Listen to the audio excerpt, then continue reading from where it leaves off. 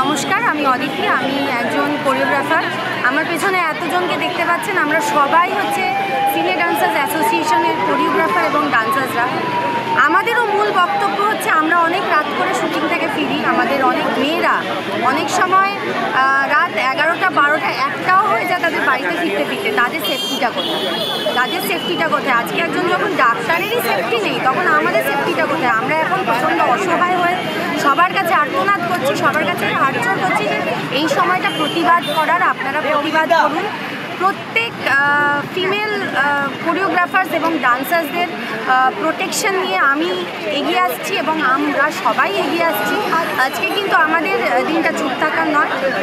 অভয়ার মতন আমাদের মধ্যেও যদি কেউ অভয়া হয়ে যায়, তাহলে কিন্তু সেটা আরও ভয়ঙ্কর হয়ে যাবে। সেই ভয়ঙ্কর জায়গা থেকে আমরা আজকে আমাদের প্রতিবাদ নিয়ে এসেছি। শুধু একটা অভয়া নয়, অভয়ার মতন এত অভয়া চারিদিকে ঘুরছে।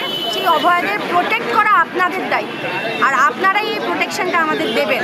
তাই জন্য উই ওয়ান্ট জাস্টিস। আর আমরা এই জন্যই রাস্তায় নামবো যে আমরা জাস্টিসটা চাই, এই জন্যই আমাদের প্রোটেকশনের জন্য। এবং আমাদের মতন সব মেয়ে, শুধু মেয়ে না, মেয়ে ছেলে সবাই নির্বিশেষে যেন তারা সেফলি সব জায়গায় থাকতে পারে, তার জন্যই এই প্রোটেকশন। কলকাতা পুলিশকে বসিয়ে রেখে আরজি করে আজকের কেন্দ্রীয় বাহিনী তারা দখল নিয়েছে, কি বলবেন?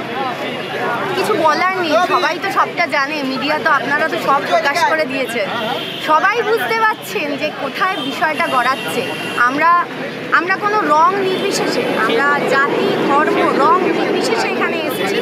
আমরা সাধারণ পাবলিকরা যদি খেপে যায় তাহলে কিন্তু খুব মুশকিল হয়ে যাবে। এটা আপনারা সবাই বুঝতে পারছেন। কলকাতা পুলিশ এবং সেই সঙ্গে যা করছে আপনারা বুঝতে পারছেন, সব কিছুই বুঝতে পারছেন, আমরাও বুঝতে পারছি। এটা যাতে না হয়, এই প্রোটেকশনটা যাতে পুলিশরা আমাদের দেয়। পুলিশরা বলে যে আমরা তোমাদের জন্য সব সময় আছি, এটাই আমরা চাই। পুলিশরা যেন আমাদের সঙ্গে থাকে সব সময়। আমাদের কর্মক্ষেত্র স্থল বলতে পারেন আমাদের টলিগঞ্জ হচ্ছে একটা ইন্ডাস্ট্রি। আমরা সবাই এখানের ওপর দিয়েই আমরা যাতায়াত করি। রাত 12টা 1টা 2টো 3টে কখনো ভোরবেলায়ও ফিরি। আমাদের প্রোটেকশনটা দেওয়া আপনাদের দায়িত্ব। তাই জন্য আমরা আজকে নিরাপত্তাহীনতায় ভুগছেন। অবশ্যই নিরাপত্তাহীনতা। যদি একটা ডাক্তারের এরকম হয়ে যেতে পারে, আমরা কে? একটা ডক্টর নিরাপদ নয়, আমরা তো আমাদের নিজেদের আনসেফ মনে করবোই। তাই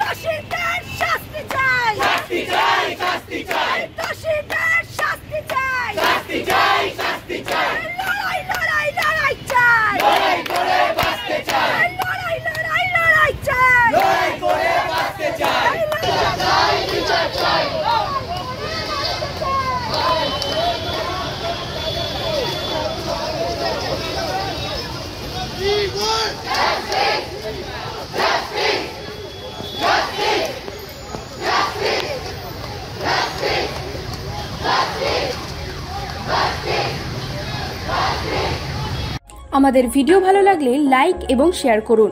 কমেন্ট সেকশনে গিয়ে জানান আপনাদের মতামত। আরও ভিডিও পেতে আমাদের চ্যানেল সাবস্ক্রাইব করুন এবং প্রতি মুহূর্তে খবরের আপডেট পেতে প্রেস করুন বেল আইকন।